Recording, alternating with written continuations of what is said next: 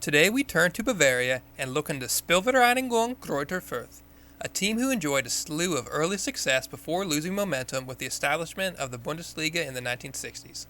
Established on September 23, 1903 as the football department of the gymnastics club Turnverein 1860 Fürth, the football department would break away after 3 years and become its own entity, SpVgg Fürth.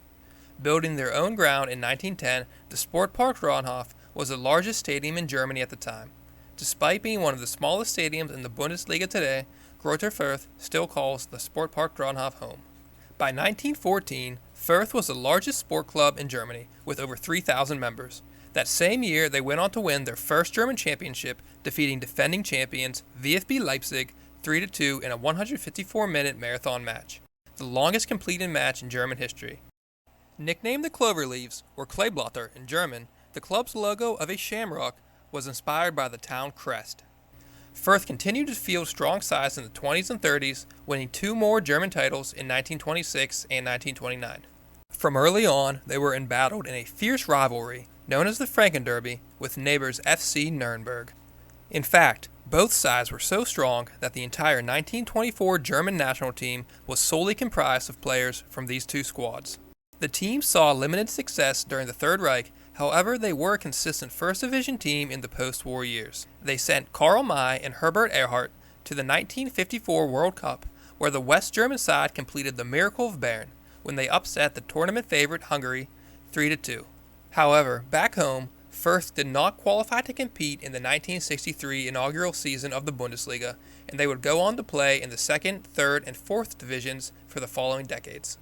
Financial trouble hit in the late 1980s and early 90s, so the club was forced to sell their grounds, and in 1995, SpVgg Fürth had to merge with neighboring club TSV SpVgg Greuther to keep themselves from folding. Borrowing Greuther from TSV, SpVgg Greuther Fürth was born. The club also maintained imagery from TSV by incorporating the wooden shoe into their crest. Greuther Fürth finally returned to the top flight of German football after winning the Bundesliga 2 title in the 2011-2012 season. However, their inaugural Bundesliga campaign was one to forget, going winless at home. The only consolation for fans that came from the 4-win season was a 1-0 Franken Derby win against rivals Nuremberg. Some notable names associated with the club include the former U.S. Secretary of State Henry Kissinger, who is a native to Fürth and is a lifelong fan of the club. Former German international and Fürth player Gerald Asamoah, who will manage Schalke in the upcoming 2021-2022 season. And lastly, Julius Hirsch, a prolific attacking player and a member of the 1914 championship side. Hirsch suited up for the German national team and became the first player to score 4 goals in a single match for Germany.